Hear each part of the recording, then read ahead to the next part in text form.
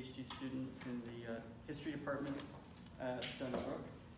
And this is the panel Visibility and Invisibility in the Worker's World. So first up we have Colby King. Okay, got these out of order. Okay. You guys changed your order and just messed me all up. Okay. Colby King, who is the son of a mill worker from Western Pennsylvania. That's right. Is a sociology assistant professor at Bridgewater State University and helped form Class Beyond the Classroom, a group that supports working class people at Bridgewater State University. He studies urban sociology, inequality, social class, and work. Yeah. Thank you very much. Should I just dive in? All right. Thanks, everyone, for coming. Looking forward to a good panel. So I've been interested for a little while on the various ways in which we conceptualize the working class, how we do that and what it means. And I've got here a largely descriptive project that explores a few definitions I've found and what we can find out using those definitions. So the problem that I'm exploring is there are various definitions of the working class, right? And I'm curious about what does using any one particular definition imply, not just the mechanisms of if we define it this way it implies certain cultural characteristics or whatever, but what does it imply about the demographics of the group? Who's lost if we define it by education versus income, these sorts of things. So what can comparing these definitions also tell us about who is considered working class, what working class means to members, and where do they live and work? So in the literature, I've found several definitions in practice. An increasingly common one is to define working class by education. Excuse me. Usually anyone without a college degree. And I've also found 3 definitions defining the working class by occupational categories that folks report on the census, right? Philip Cohen, Jack Metzger, and I'm using one from Richard Florida's creative class scheme here, and we'll explore how those compare in a minute. Some folks define the working class by income, others by culture. The GSS has a question on class self-identification that includes working class as a category. Each of these are different definitions that are going to include some people and exclude others, and there's going to be some overlap and some gray boundaries between them. I think also, and I'll talk more about this at the end probably, but I think if it was possible to have more data on wealth and debt, it would be very interesting to bring that in as well. So looking at the defining the working class by education, there's some popularity here using this definition, but some problems with this definition as well. It's a good, quick shorthand, and especially in what today is often referred to as a knowledge economy, it can make a lot of sense to define the working class as those who don't have the educational attainment of at least a college degree. And news media, think tanks, and some scholarship use this definition pretty commonly. But there are problems with this definition. It leads to a conflation of the working class with uneducated, if you're defining the working class as anyone without a college degree. I've heard a lot of pushback on this when reporters and other folks have said, well, anyone without a college degree is working class, and folks interpret that to mean that there's an assumption that they're both uneducated, dumb, not smart, or something like that. But also, this can obscure the reality that many with a college degree are struggling financially or are working class in other ways, or that some folks without a college degree might be really high earners or in a solid financial situation. And it misses the relationship to the means of production unless you define the means of production in the knowledge economy wholly around knowledge or the credentialing of the education system. And then there's the 3 definitions of the working class by occupational categories. Jack Metzger, who presented earlier today about the narrating class, he argues that we can define the working class as anyone who's not in a professional or managerial occupation, and so everyone who is not in those categories of professional managerial workers would be working class. Philip Cohen takes a similar definition, but he removes out of the working class folks who are in blue-collar positions, but have some supervisory role or management role in those blue-collar occupations, along with teachers and police and other folks who have some authority in work. So Cohen's is Metzger's, but with a few people removed and moved up into the middle class.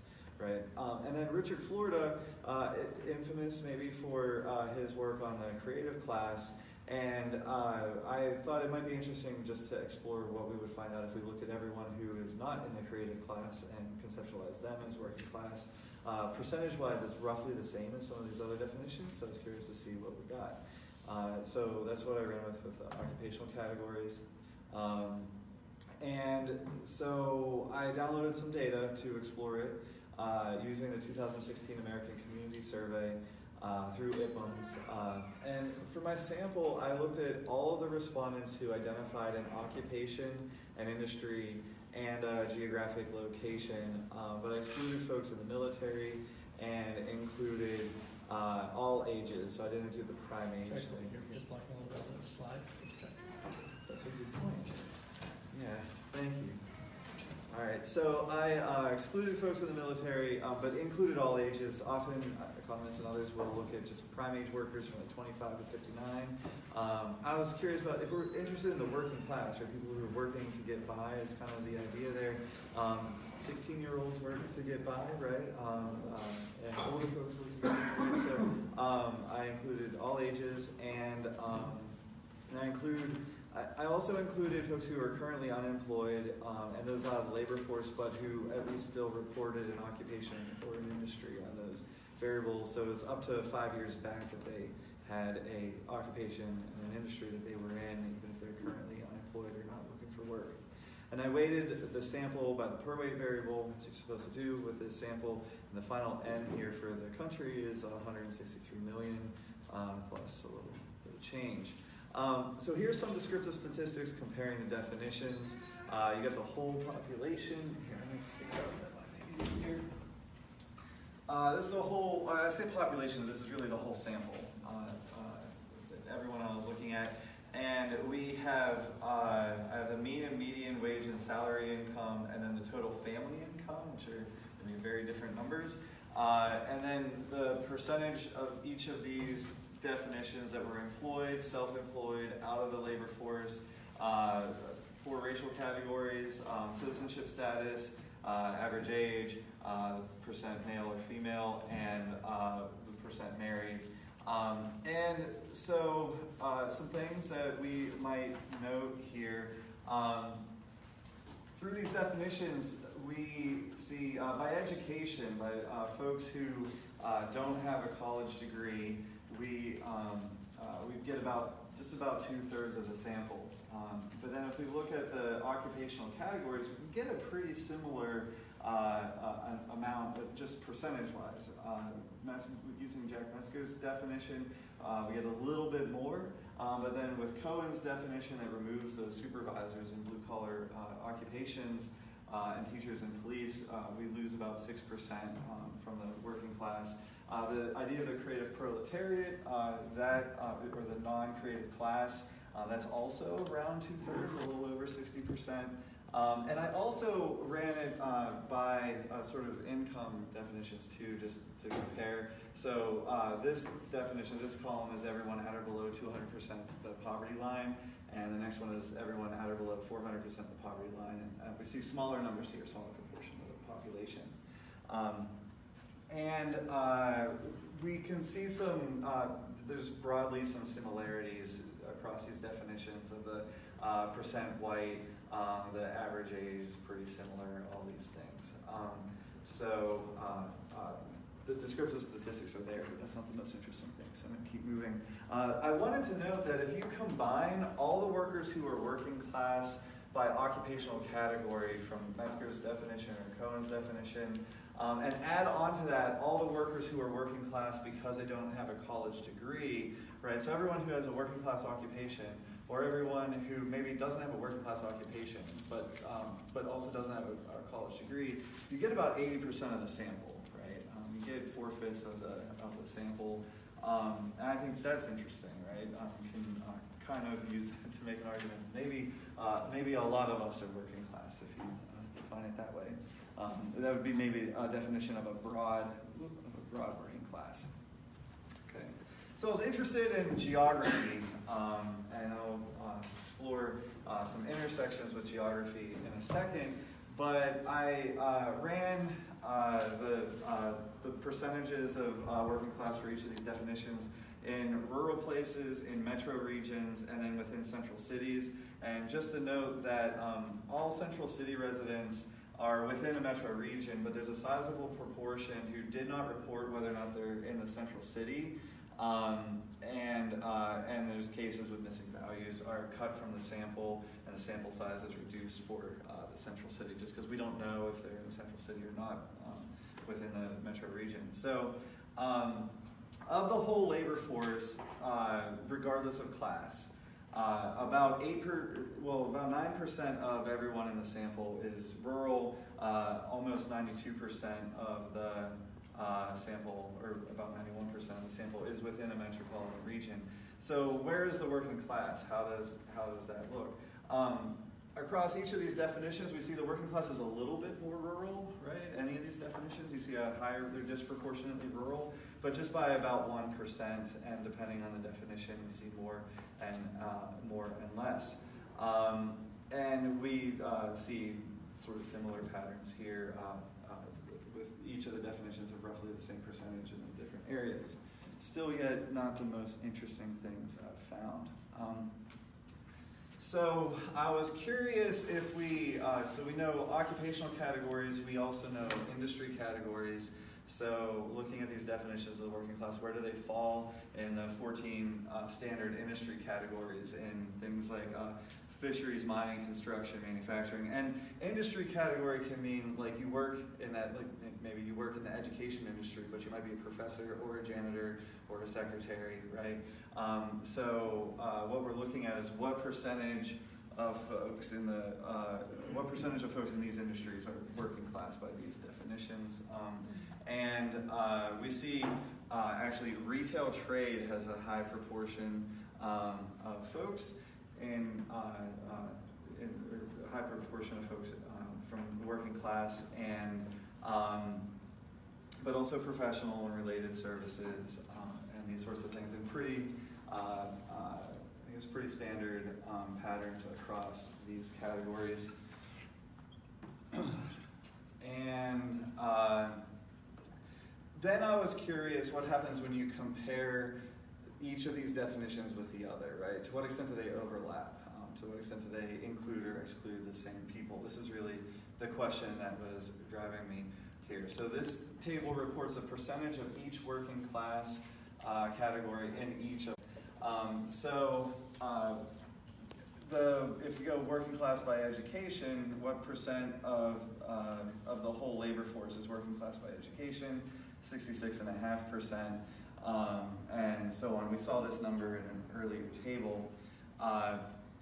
But one thing I was really curious about was if you are looking at the percent, or the working class by Metzger's occupational categories and the percent within the working class by education, 84% of those within the working class by education are working class by Metzger's definition, right? So about 85% overlap and so on. The highest overlaps we see are with Jack Metzger's definition and the creative proletariat, right?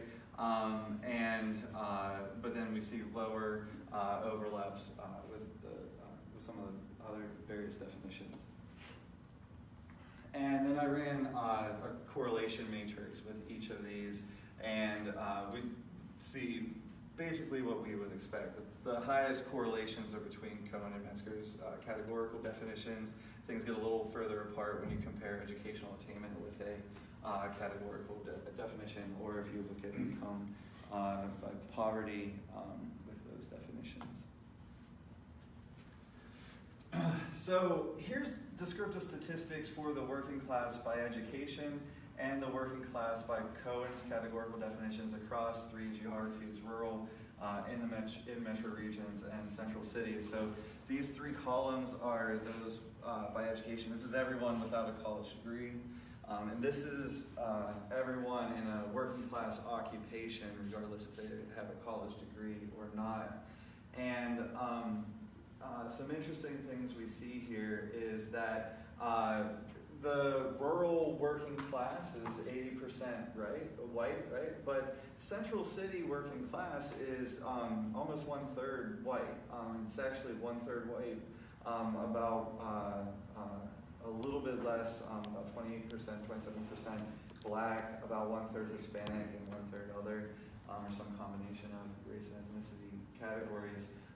So one of the things I was interested in exploring here, which is a similar pattern, just a little bit different numbers by occupational category, but the central city working class is not entirely minority, and the rural working class is not entirely white, right? And I mean, this is not like a profound statistical analysis, right? It's just some descriptive statistics, but I think that it's important to remember that as we talk about these groups.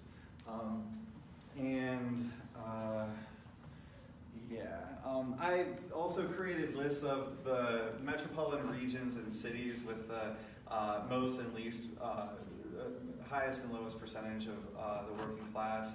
By Cohen's definitions, we see places, especially in California and a few places in Michigan, Mansfield, Ohio, have high proportions in the working class. And then we see low proportions of working class in like Boston, and all this, right? But that's by metro regions. If you do it by most and least working class cities, you see, by Cohen, you see lots of California cities, and then like Paterson, New Jersey, Hartford, Connecticut, Bridgeport, Connecticut, Detroit, Michigan, and then you see by Cohen, just on the other end, Arlington, Virginia, Ann Arbor, Seattle, so lower proportions there. Thank you. I explored racial diversity by cities too, which is interesting, but I want to make sure I don't run out of time to point out this one thing that I think is really interesting. So this looks at the mean and median wage and salary income by white and non-white and within the central city. What we have here is looking at the working class by Cohen's categorical definitions. If you look at non-white working class folks in the central city and not in the central city, you see this pattern of mean and median incomes, the incomes being higher outside of the central city for non-white folks. And then among the non-Hispanic white folks, we see the reverse, where the mean and median incomes are higher for the white working class in the central city. And I think that's an interesting pattern. I'm not sure what it means.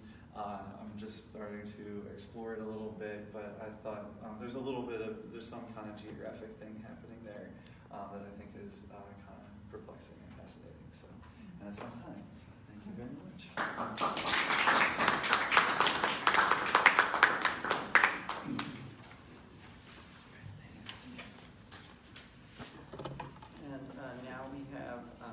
Courtney Maloney studies the representation of working class people in photography and teaches writing and humanities at the Milwaukee Institute of Art and Design. Thank you. From the beginning. Okay. And then what were you clicking to advance the slide? Enter? Enter? Yeah, or you could move the mouse to the arrows there, I think, on the bottom of the screen. Yeah. Where's enter? Right here. Okay. Yeah. All And then right. you can use backspace to go back. Yep. All right, thanks. All right. Thank you, everybody, for coming.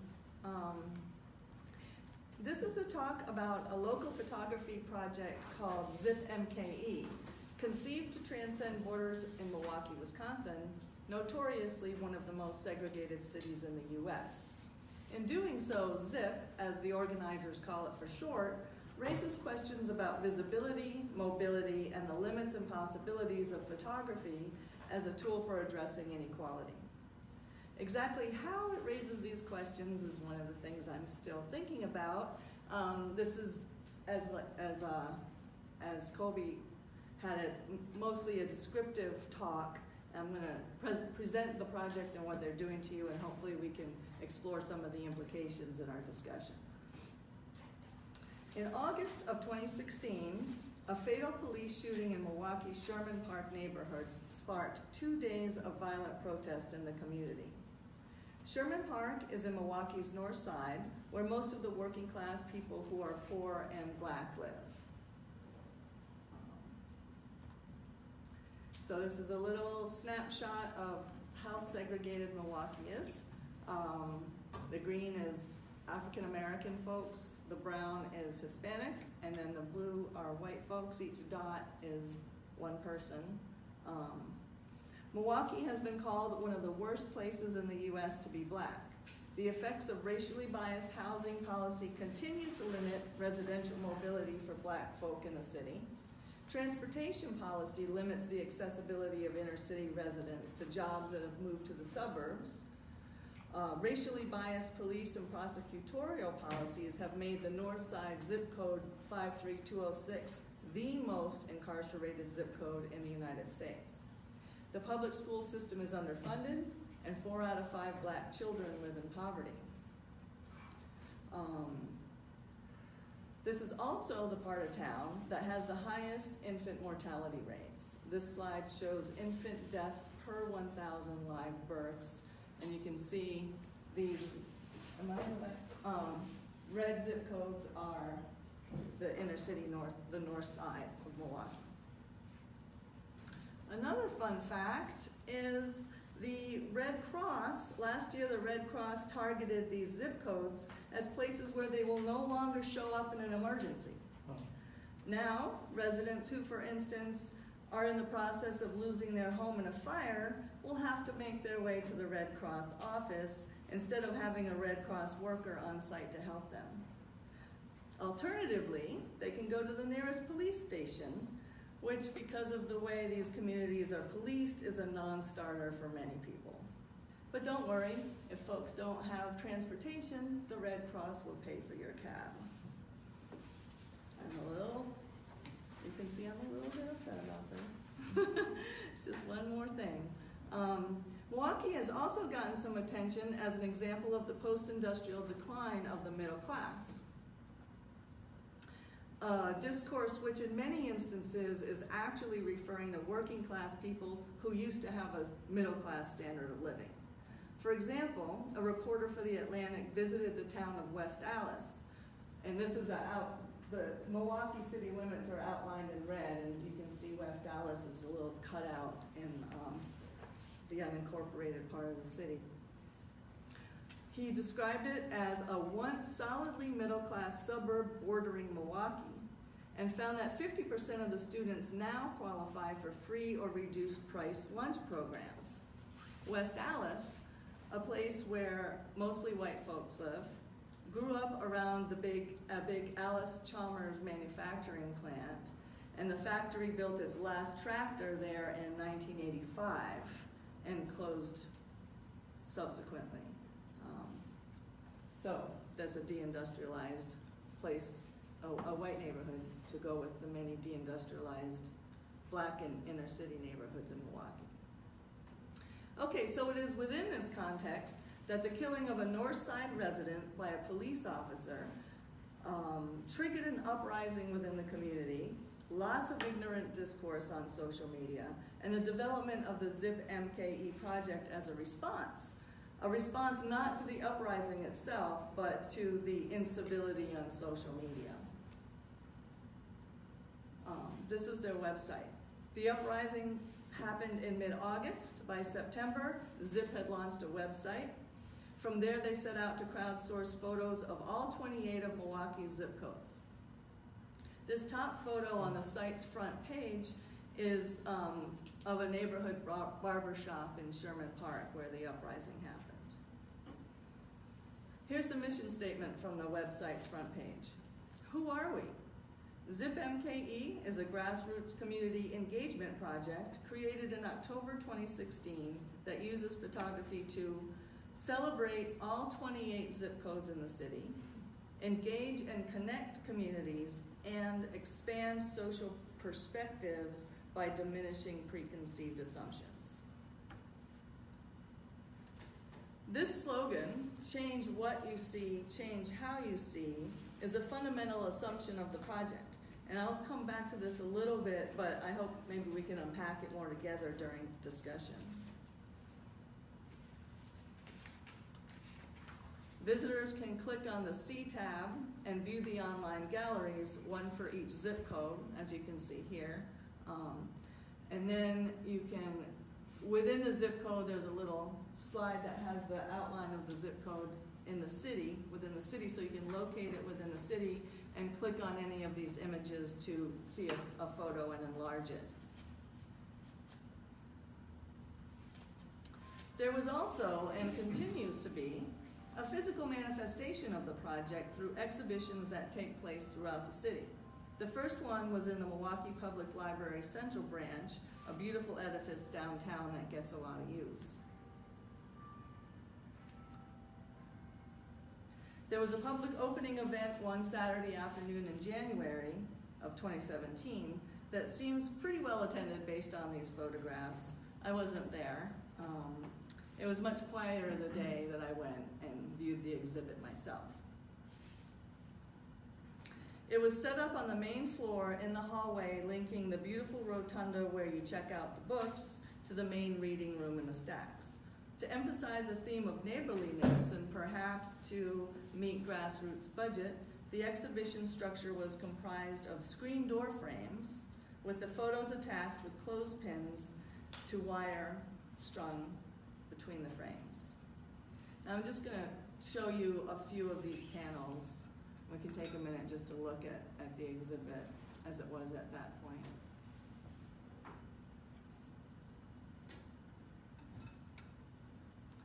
So some of the zip codes did not have very many photographs at that point and still don't. So the zip codes are, some zip codes are represented more than others.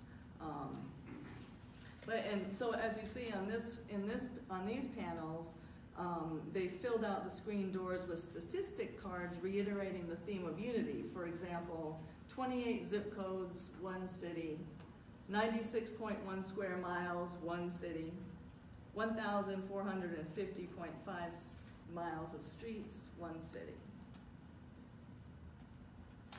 53212 is my zip code, so I had to have it and show it to you.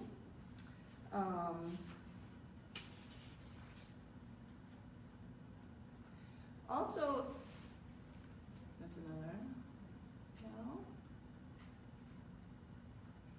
53206. Okay. And then also this exhibit was rounded out with some photographs by some professional photographers.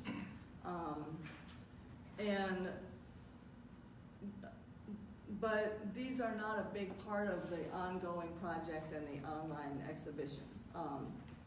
So although some of these professional images can be found on the online galleries and might pop up in some of the exhibits, mostly the main content of the exhibits and the online galleries are from amateur photographers, residents of the city.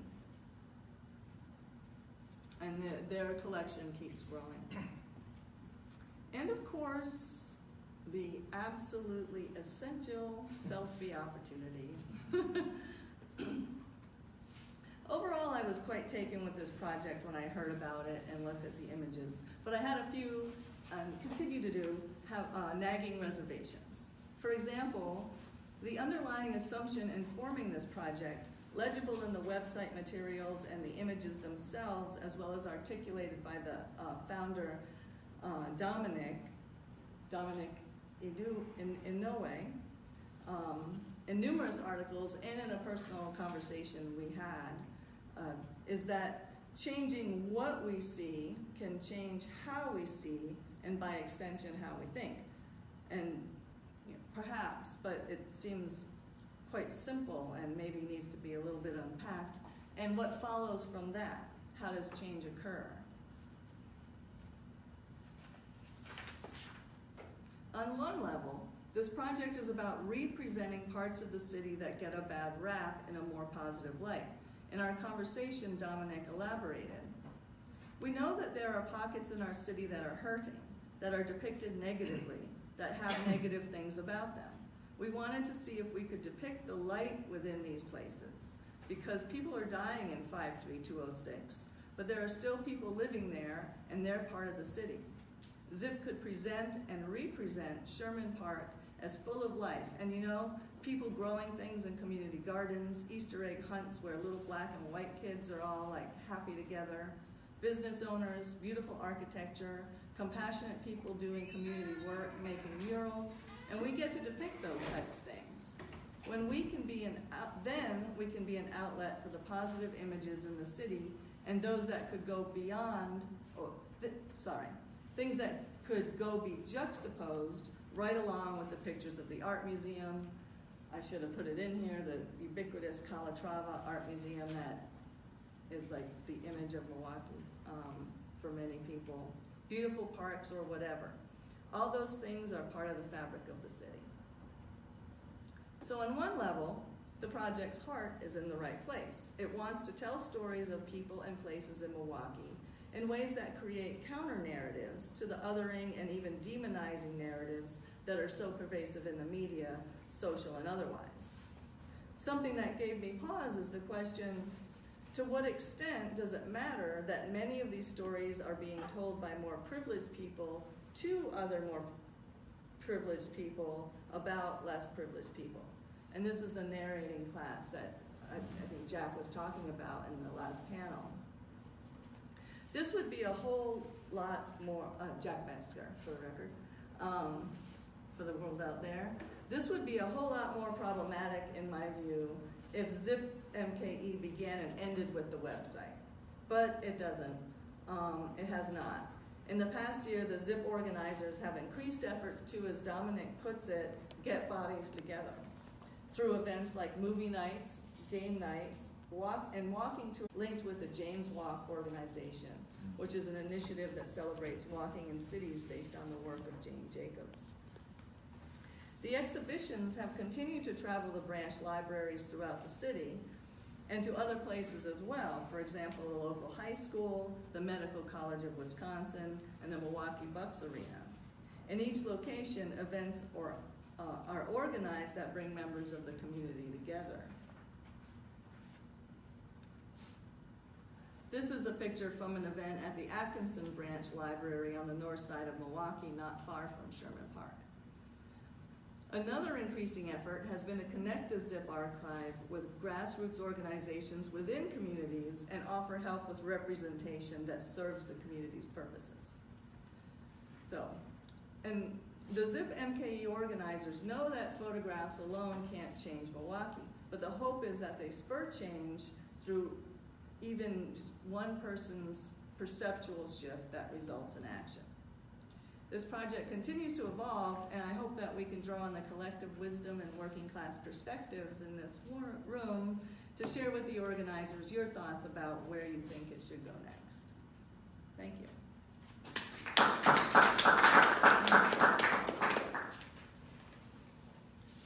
And last we have Ryan Pohl, who teaches in the English department at Northeastern Illinois University. His first book is Main Street and Empire, published by Rutgers in 2012, and it is on the he publishes on the intersection of class and pop culture. That's two great presentations. I think there's a lot of overlap. I'm thinking about geography and aesthetics and Walt Disney World. Yeah, just cut me off because this is way too long. Has everyone here seen the Florida Project? Is anybody else going to use this today? No, sorry, I'm very lazy. I didn't make a PowerPoint. The 2017 movie, The Florida Project, centers on struggling, suffering, working class families, both biological and chosen, who live in the literal and figurative shadows of Walt Disney World.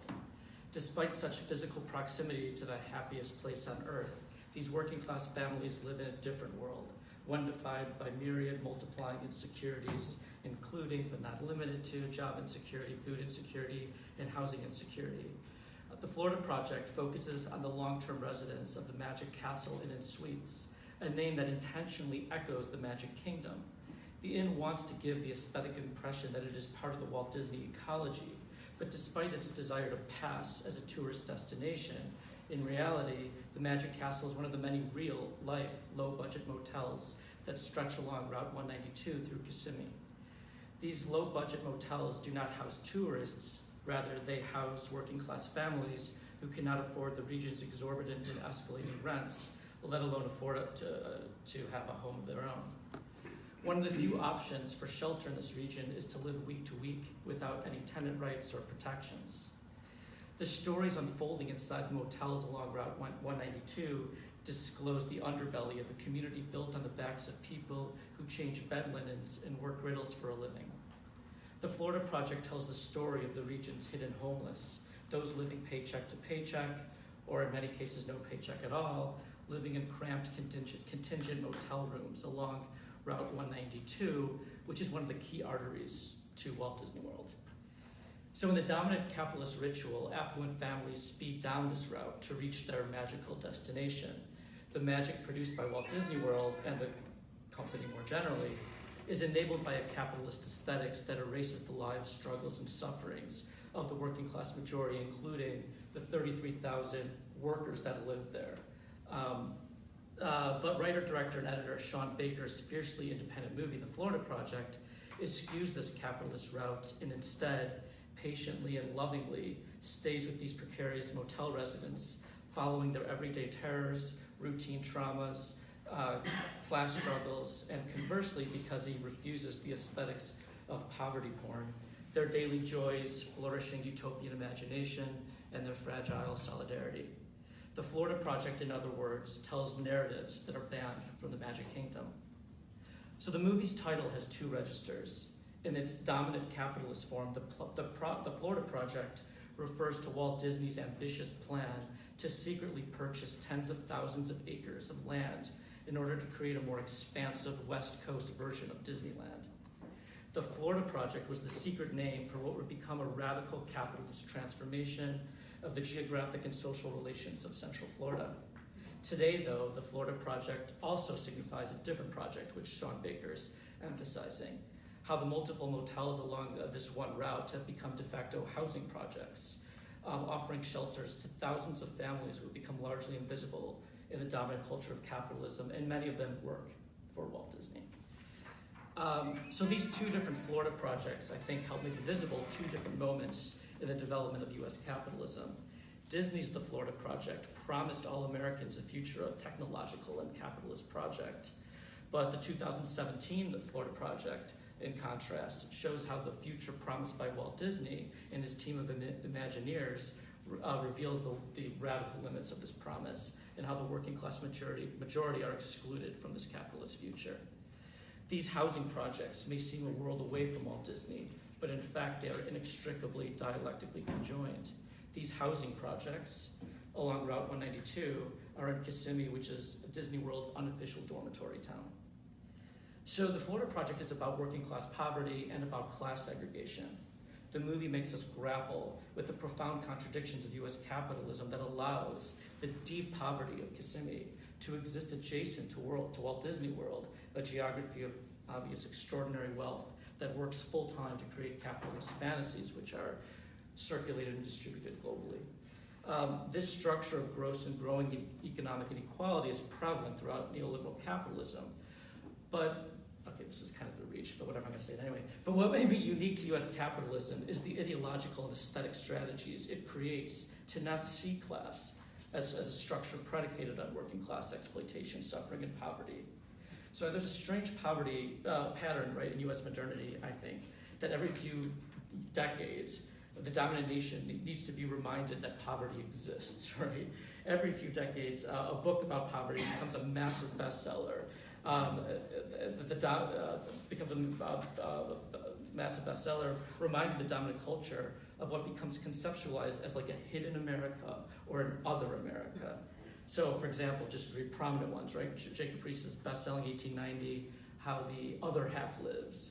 Michael Harrington's 1962, The Other America, Poverty in the United States, and Sasha Dombrowski's 2013, The American Way of Poverty, How the Other Half Still Lives. So in this dominant national narrative, the existence of working class poverty is continually repressed And every few years, a new bestseller tells the shocking story that poverty still exists in the nation, only to be repressed again, right? This pattern of repressing the knowledge that class is a structure predicated on working class exploitation and poverty briefly interrupts the dominant capitalist culture, only to be repressed once again. And I'm really troubled by this metaphor, this hidden America, this other America, right? This type of segregation. So working class poverty, of course, doesn't hide. Rather, it's capitalism, and it's heightened under neoliberal capitalism, which intentionally segregates both geographically and aesthetically to seek to erase the lives and struggles of working class families, just lives, right? To make them invisible, inaudible, unintelligible, right? Through these mechanisms of geography, ideology, aesthetics.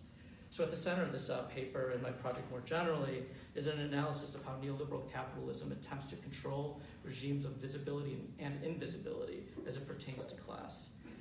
What neoliberal capitalism allows to be visible, what is sanctioned to be visible, are the spaces of consumption and the rituals related to consumptions, and what it seeks to render invisible, inaudible, and unintelligible are the actual lives and struggles of the working class majority.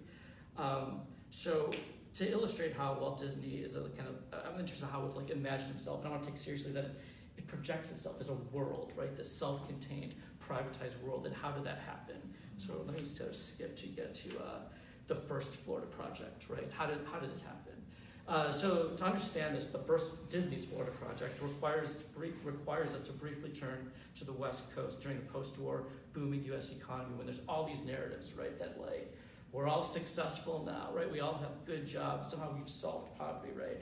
Getting to Michael Harrington's book, right? That was so central to helping Johnson launch the war on poverty, because it was this reminder, oh my God, poverty exists. We're during that time, 1/4 Americas were recognized as being poor, but this narrative that we solved poverty because we're in this post-boom economy. So in the early 50s, Anaheim was a quaint small town surrounded by thousands of acres of orange groves. Disney purchased 160 acres of orange groves near the junction of Santa Ana Freeway and Harper Boulevard to build a theme park, which is Disneyland. However, Disney failed to buy enough land around the theme park to realize his dream of a self-contained world. Soon after Disneyland opened in 1955, other capitalists looked to profit off of Disney and ringed the theme park with tightly packed gift shops and hotels and restaurants and sort of other tourist traps, which disabled Disney from expanding. So in his hunt to find a location for a new park on the West Coast, Disney vowed he's not going to repeat that same mistake. For Disneyland, Walt Disney purchased 160 acres, but for the East Coast theme park, he would purchase 30,000 acres. I just want that to sink, 30,000 acres. I get to this later, but that's twice the size of Manhattan. It's the size of San Francisco. It's 8 times the size of the country of Monaco. He literally built a world.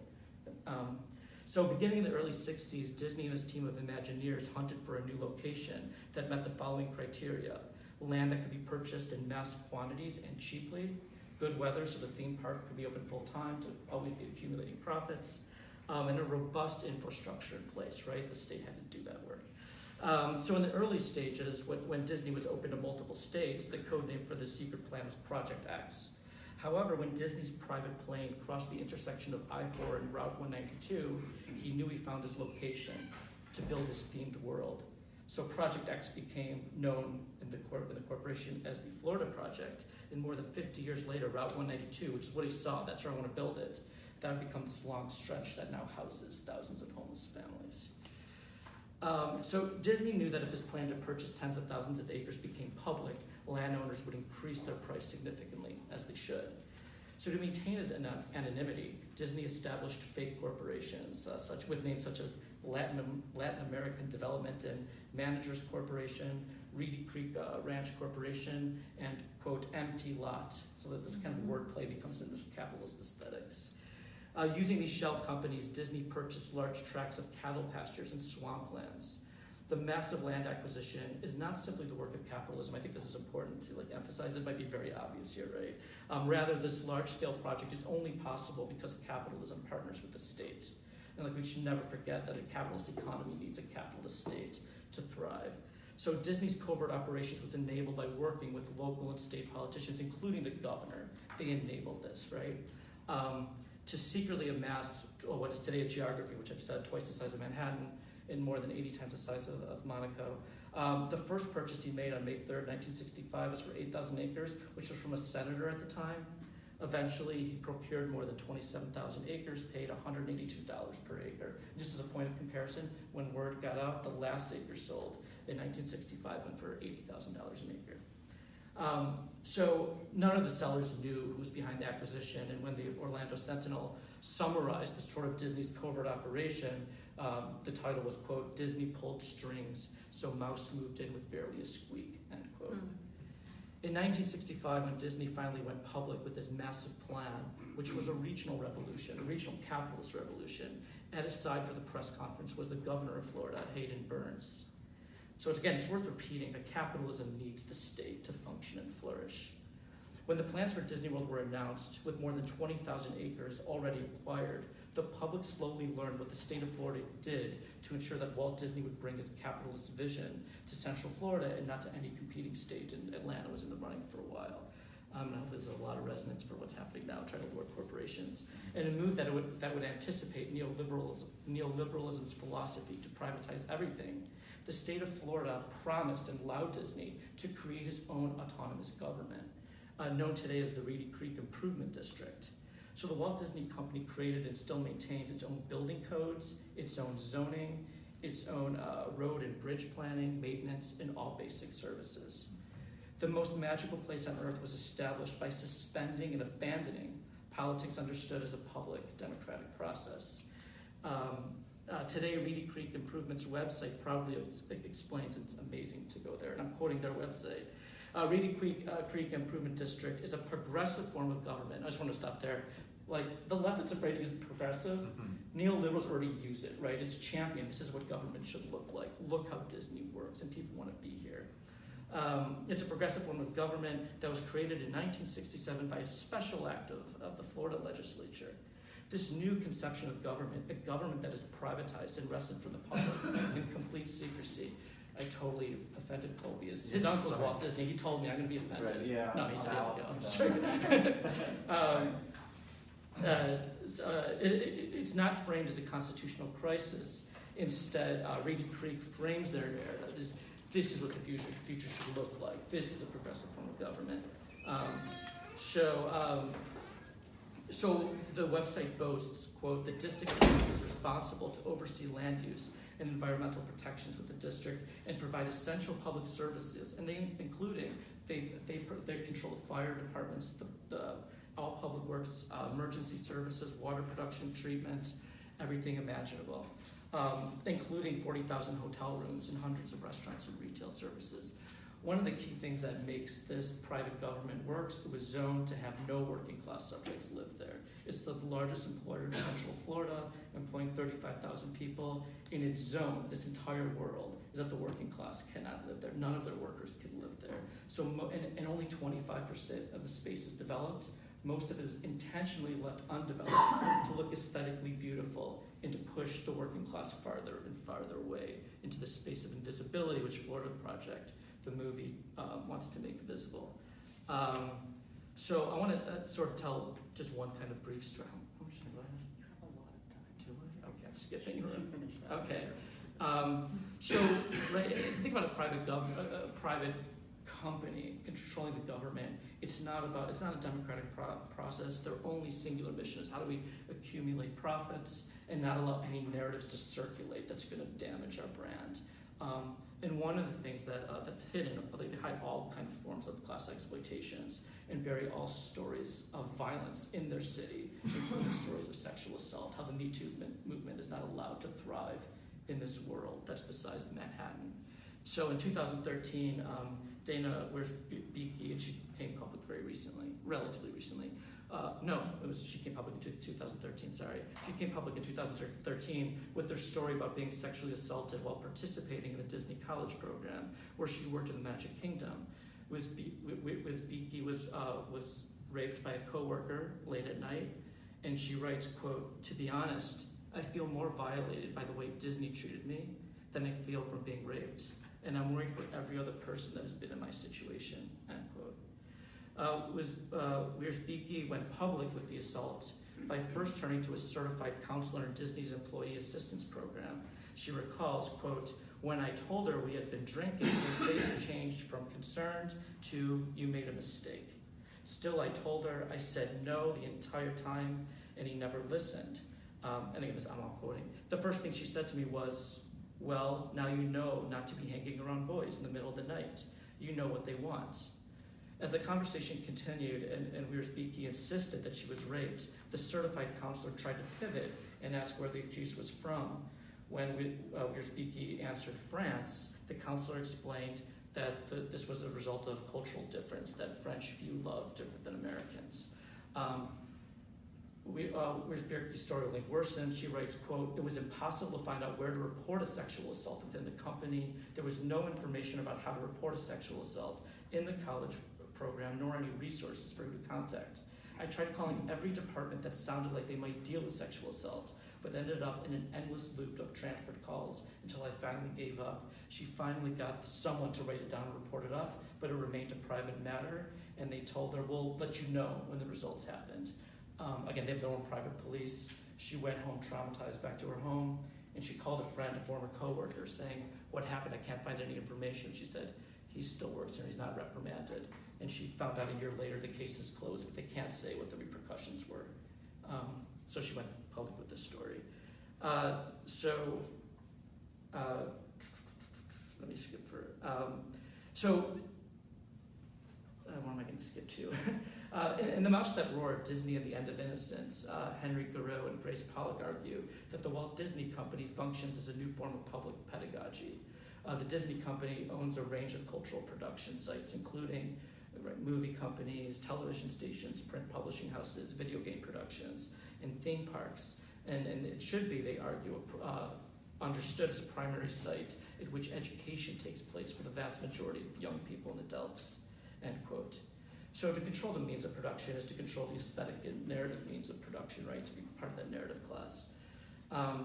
So as one of the Disney Imagineers explained, and they sort of boast about this, right? We want to create what's called a Disney realism, a sort of utopian in nature, where we carefully program out all the negative, unwanted elements and program in all the positive elements, right? So Disney realism aestheticizes capitalism in order to eliminate capitalism. Or to put differently, Disney realism aesthetically erases capitalism as a structure of class conflict, predicated on working class exploitation, struggling, suffering, and all types of violences. But what becomes unwanted and deemed negative in the production of Disney realism are the social relations existing literally right outside of Disney World, right? Which is the focus of the movie, The Florida Project. And because only have a few minutes of time, I just want to maybe think about the movie more generally, right? It's a brilliant movie. So making sort of maybe a few points, it centers on a single mother, young single mother, and her 6-year-old daughter. And it was filmed at one of these real motels. And we learned very early, you see the way in which this downward spiral of working class poverty, that she's disallowed from working in the theme park. She wants to work in the theme park, but she's a felon. And we have to piece together how to become a felon. And there's enough clues saying is just to survive and just pay this week-to-week rent, or she's had a long story. It's most likely working in the sex industry, which it's different state to state. But the first 2 times you're arrested, it's a misdemeanor. The 3rd time it's a felon. When you're a felon, you're disallowed from working in the theme park industry. In Disney, maybe I'll just say just a few more words about them, just because I want to think about these dialectically. It employs 36 to 38,000 people. They're unionized, and the average salary is $12 an hour, and it's a wage of poverty, right? They're very close. They're like for the fight for 15. But I mean, and again, that's a progressive movement, but $15 an hour is still a poverty wage in that region. It's become one of the most expensive regions to live in. And many of their workers can't afford any homes. And because of this regime of neoliberalism, there's no shelters there. So there's camping in the forest or living in these motels. And again, the way this story's erased, and I'm interested in Sean Baker this moment, the moment when he would decide to make the movie, and I really love him as a filmmaker. He visited his mother, and he's like, I was surprised by these hidden homeless, right? Again, the sort of shock that poverty exists. So I wanted to make this movie to sort of, again, to remind Americans that poverty exists. But what the movie does is by following the single mother and her 6-year-old daughter, and again, it's a real, and they use, and a lot of the residents around there are actually real life residents. You see her unable to get a job in a theme park. in the strip club in which she works at, the management expects to sexually pleasure the customers, so she doesn't want to do that. And she's in this gig economy where she's scamming and just trying to make a living. And you can develop this sort of narrative that they're sinking into this anonymity. No one sees the working class. But what I want to end on my article is that, there's a contradiction. In one way, they might be invisible to the dominant capitalist class, but the state is highly regulating them and surveilling them, both in terms of if you're going to have access to any health, any benefits, you have to work 30 hours a week. And also in the way thinking, a very important critique of 2 minutes, of DCFS, Department of Children and Family Services, being a single mother and having a child and can't afford child care. So every time you have to work and you see your daughter on the streets, and just the larger story, all it takes is one call to DCFS, and you know she's being surveilled by DCFS, by the state. So there's this contradiction of the dominant capitalist culture doesn't see them, but the state does regulate them, right, and highly surveil them. And I sort of want to ruin it because it's maybe this tragedy you don't see initially, because again, you think they're anonymous. It ends with DCFS taking her daughter, right? She was being surveilled the entire time by the state, and the way the working class is highly regulated. And think about that contradiction. Sorry, how that was.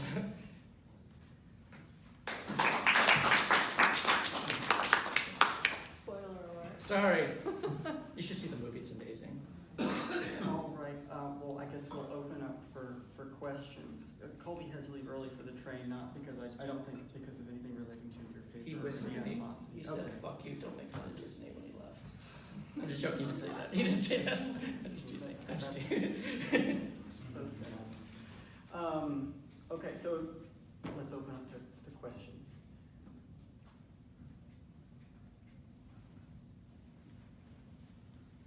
I was intrigued by that slide in the Milwaukee, your presentation. Was it change what you see, change how you see? Because I was playing with it in my mind. I was saying, well, if we change how we see, will that change what we see, or do you change what you see versus how, trying to figure it out, But you're saying that some feedback from us would go to, would find its way back to the project? Sure. Yeah. Okay. I mean, if you don't want me to share, that's, I won't, but I was thinking, I had a long talk with Dominic, and because I wanted to get more background and really plumb what he was going for, and he's eager for input and trying to figure out what to do next and how to make it more. And who's funding it? Nobody. Well, nobody really. I mean, it's a totally grassroots, do-it-yourself. Dominic quit his job to do it, but his partner supports the family, so and he does other freelance things, and they don't really have a lot of funding right now. It was a pity Colby's gone, because I was having statistical deprivation syndrome as a geographer. Yeah, sorry. I was thinking, when are we going to see the cartographies and the data sets and everything? It's about time. But I just, one of the things in terms of our research project that we're moving towards in the social haunting work that we're doing, and the work that I've been doing with the art group that I talked about yesterday, was the question, and I'm not an artist, I'm a geographer, I'm not an artist, but I work in the field, Right. is that aesthetics is starting to emerge as one of our sort of strains of thought, and we're just starting to engage with aesthetics. And that in both your presentations as sort of more literary or creative artistic practice, the melding of aesthetics with geography, which is more effective.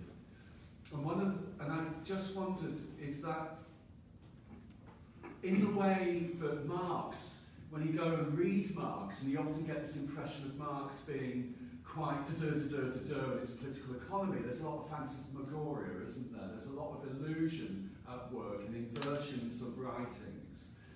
And that the way that capitalist ideology, I'm sort of reaching for words, so if it goes wrong, it goes wrong. But capitalist ideology is sort of a disenchantment of the world, What is it the case that one of the ways that we can re-enchant the world is to construct our own radical aesthetics? And how would that look? And that's the question I'm sort of struggling to hit. Yeah. I think it's such a great question. I mean, I love thinking about aesthetics, right? But like, you know, this is just me, there's no neutral aesthetics, right? I think Disney World is invested. They're what they call Disney realism. That's the capitalist aesthetics. How do you erase to think structurally about class, right? But what is, you know, I think Sean Baker, and I'm interested in those creative workers that, you know, that's doing this work. What does a working class aesthetics look like? What is a radical aesthetics? But I don't think it's dangerous to think about that aesthetics is a neutral term, right? It's still part of the class struggle. So even I'm thinking about myself for a second, like Disney movies, a lot of their movies, you see poor working class like Cinderella, but their narrative is this economic uplift, right? That's that aesthetic, right? If you work hard enough, if you follow the rules, you're gonna make it, right? That Horatio Alger story.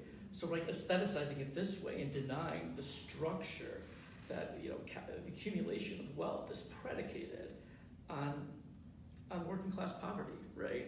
But framing it through these individual lenses, which I say with Courtney, that's like something problematic about the zip codes, right? It's like these individual stories, right? There's nothing structurally wrong, right? Look, we're doing okay.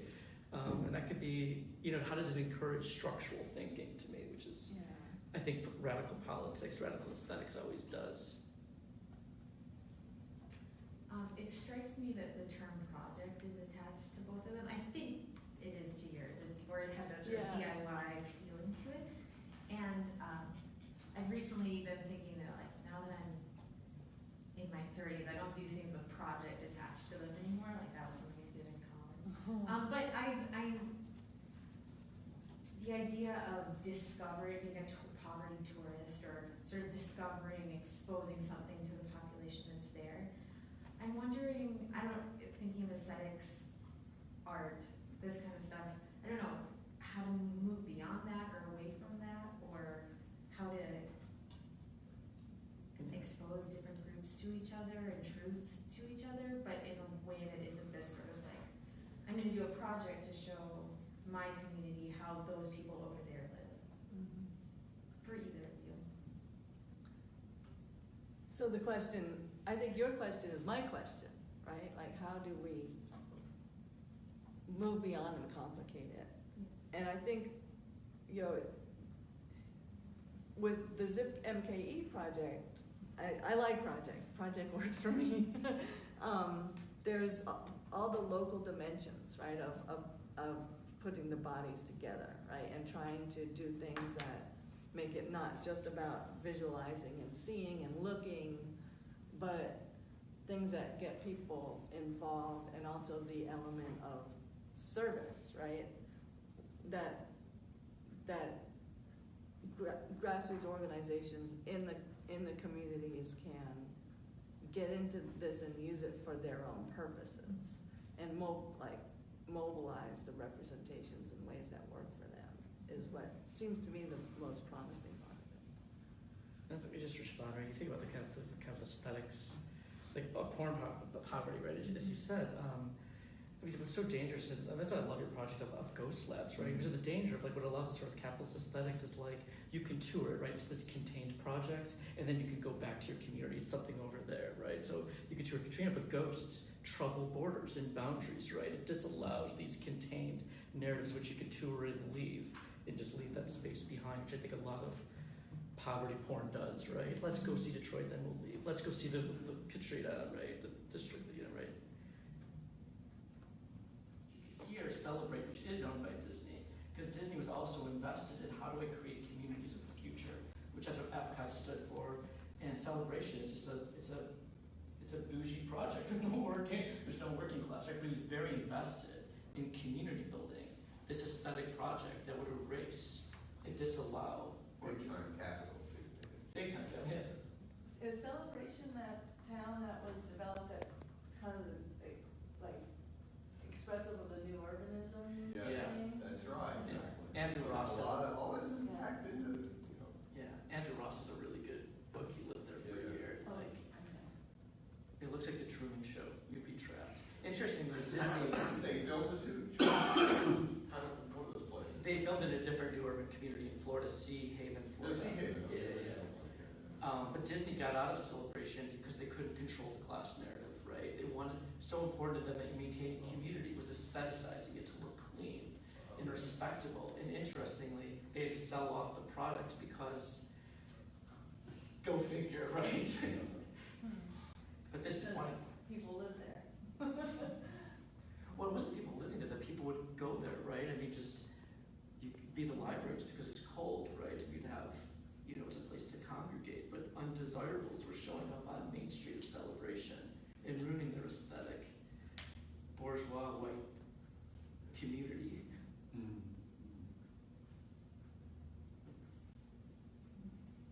Any other questions? We got gobs of time. Gobs. I have a question about the whole like Disney. Do you think that Disney attracts that like working class to go there too? Like I know people that like they work their fast food job hours upon hours a week and they save up all their money to go to Disney. Like there's something about it that like I feel like is almost appealing to that class maybe because they don't know or they like see it as that like Yeah. So different perspective. no, it's such a great point, right? I mean, so Disney's project is such like they try to create this like, kind of affective relationship with their workers, right? Even the language for workers, they call them cast members, that you're valued, and we want to call each other families. You call managers by their first name, so they're very invested in creating a very affective space, right? And it uses sort of the cover of like being LGBTQ friendly, right? We're like we celebrate diversity. We want all type of people here, right? It's also sort of the limits of diversity when you divorce it from class, right? Do they make a point to hire black and brown? Well, what's interesting, so they hire from all over the world because it's cheaper labor, but they celebrate it as diversity. But there are aesthetic codes. I think the aesthetic codes are interesting. You can't have visible tattoos. You can't have facial hair. So you still sort of conform to this aesthetic presentation, but there's this, it's a small world, right? We'll celebrate diversity as long as it keeps on making us money. But yeah, it does try to create that affective, but they want their workers to fall in love with this space, and they're like, you're making people happy and you be happy, and right, being like performing that affect. Has there been any like labor pushback or organizing at all? Yeah, actually, they have a whole section on their labor. I'm not going to get into, but yeah, I mean, their labor, like they pay, there's poverty wages and they can't live, right? There's been internal, so there's 6 unions that they're organized too. It's a union, but man, I just want to give the numbers because I don't want to fuck this up. So Walt Disney, this unit here, 11,046 of Disney's full-time union workers make between $10 and $10.99 an hour. And it's just not survival level income, right? So with these poverty wages, so they are organizing it, and Disney's close. So they've been at the vanguard of like the fight for 15, but like at $15 an hour in that region is not a living wage, right? And just sort of one more statistics that kind of statistics I probably shouldn't have. Florida last year raised their minimum wage from $8.05 to $8.10. So in this region, it's $2 to $3 more than the minimum wage. Right? It's kind of a good job relative to other, right? So they are unionized, but That's a right to work state, right? Right to work. I should know this. It's the South. It has to be. Or I don't know. it definitely is. Yeah. It's one of the statistics right now. Orlando, 20% of the population for the Census Bureau is recognized as poor. Kissimmee, which is an unofficial dormitory town, is over 25%. This is poor, which is 10% higher than the national average rate. And this is directly related to Disney's wage. But again, that's complicated and contradictory because there's like love working at Disney, right? But it's also all these other musical parks too. Like I was here January with my daughter going to the Harry Potter world.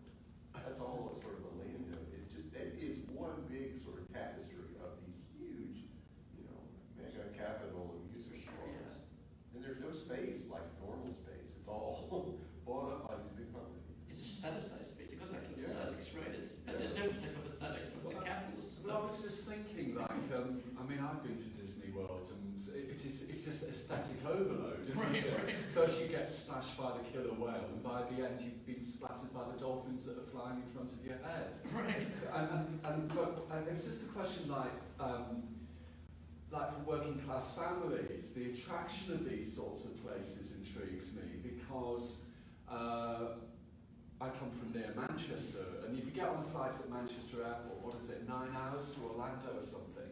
And there's all these great working class families with their Man U shirts on. And it's like, they're not going abroad, they are going to Disney World. And you talk, I was getting my hair cut, and one of the people in the barbers sort of said, well, are you going somewhere? And I said, I'm going to New York to go to a conference. Oh shit, I'm in deep trouble now. But then, oh, I've been to America. Well, where have you been, goes I. And of course it's Florida. And where do you stay? Oh, we stayed in Orlando. And it's this sort of aestheticization of what the other looks like. In fact, it sort of isn't it is the world as they see it. This is going to sound patronising, isn't it? But it's about ideology, so what the heck? You know, that this is America. And like when I was teaching kids in schools and they've been to Florida and they say, I've been to America. No, you haven't, you've been to Orlando. And the world within Orlando. And a particular version of, you know, Disney World or Sea World, is it? Sea World, yeah, that's an awful place as well. And you sort of, they're non-places. I was thinking is it Mark Org, the anthropologist, who talks about non-places, liminalities and everything. And what Mark saw 150 years ago is Disney World now, isn't it? He's in his writings and the sort of magical, this sort of like aestheticization of life and place particularly, that was perceived. The one thing that worries me, I just wondered if, given what I said earlier, and given like, you know, what we're doing in the ghost labs and social haunting, is I'm always thinking, I never know how to say Benjamin, some people say Benjamin and some say Benjamin, but he talks about the aestheticization of politics. Yeah. And he talks about, you know, the Nuremberg rallies as the ultimate aestheticization of politics. So, are there traps there, do you think, in terms of some of our discussions? That's what I'm... So, just two things, just thinking really, really quickly. One, Yeah. I think Marx he's a beautiful writer. Aesthetics is so important. You said this, right? Yeah. Reading Capital, to me, it's poetry. There's so many metaphors and similes, and I love this Trotsky quote that like a new economy, socialist economies can have a new poetics, but there'll always be an aesthetic dimension, right? Yeah. That joy and I think aesthetics is so right. It's so important, right? But I don't know this.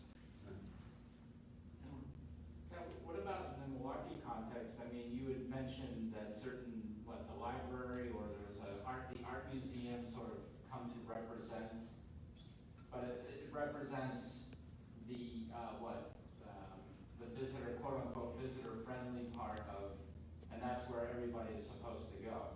Yes. And so that feels very limiting and also very, exclusive and it, speaks all manner of negativity in my mind. But does, say Dominic or others see those places of aesthetic beauty or, as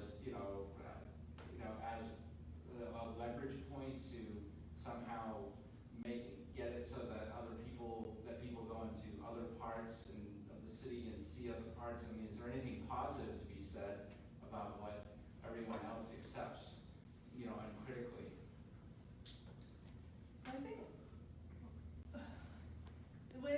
I think the possibility and so this is something that Dominic talked about was like having a leveling effect of the representations, right? So the iconic museum that is unofficially adopted by the city as its, tourist promotional image is alongside the pictures from the communities of community organizations or things happening in the parks or on the streets or local celebrations or working class neighborhoods, working class pictures of working class people in their homes and neighborhoods is there alongside this other more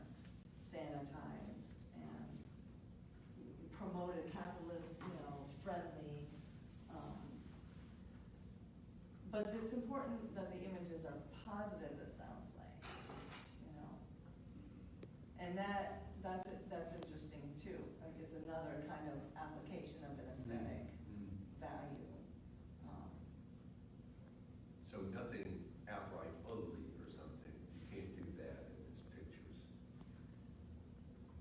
I can imagine somebody would want to diss a neighborhood, so they take the picture. Or they want to show actually what most of the neighborhood looks like, and it's not a nice place to live. Well, you know, in the initial exhibit, one of the featured photographers is a colleague of mine at Milwaukee Institute of Art and Design, Larry Chapman, and his thing is taking pictures of the rough, you know, inner city landscape, streetscape architecture, the broken down buildings, the poverty, and that was what was featured in the thing.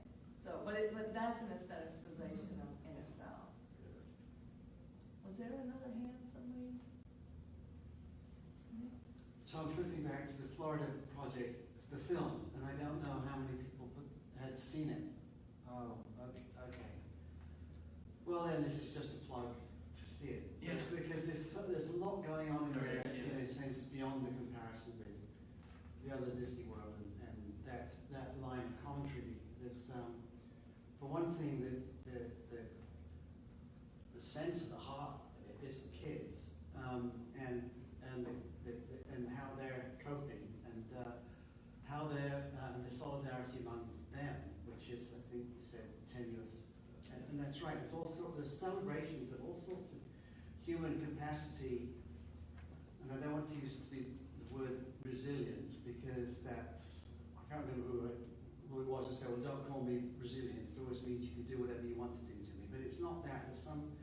There's some very unusual and heartening, in some ways, forms of solidarity among different sets of people. So there's the kids, and as they're kind of moving around free in this world, they seem to be in danger. You could see them from a social work perspective as being abandoned and in danger. Actually, they sort of are very savvy. They know what they're doing, and they're making things work. And they're also, they're rebels. They're out there doing all sorts of stuff. And they also, in a way, rescue each other emotionally when the adults in their world can.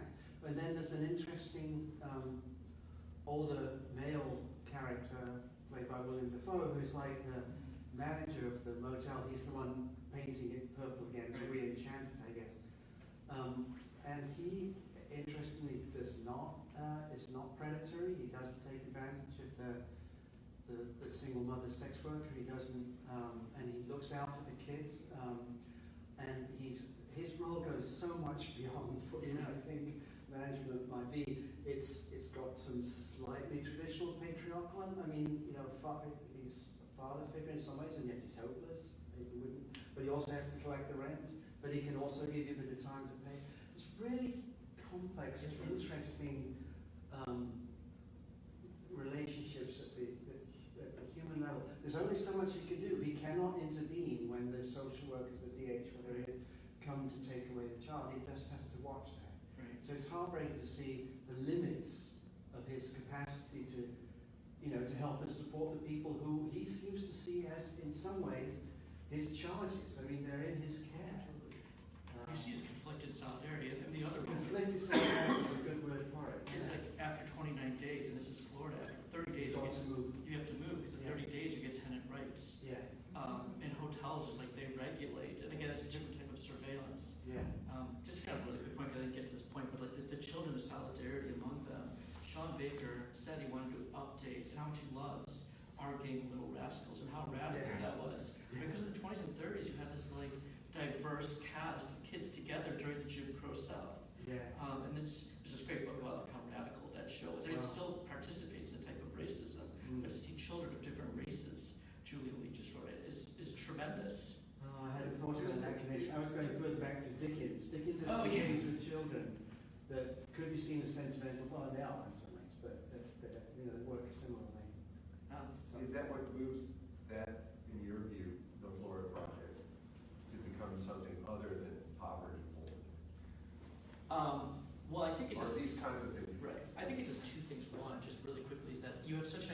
conversation with these children, but it's playing on two genres.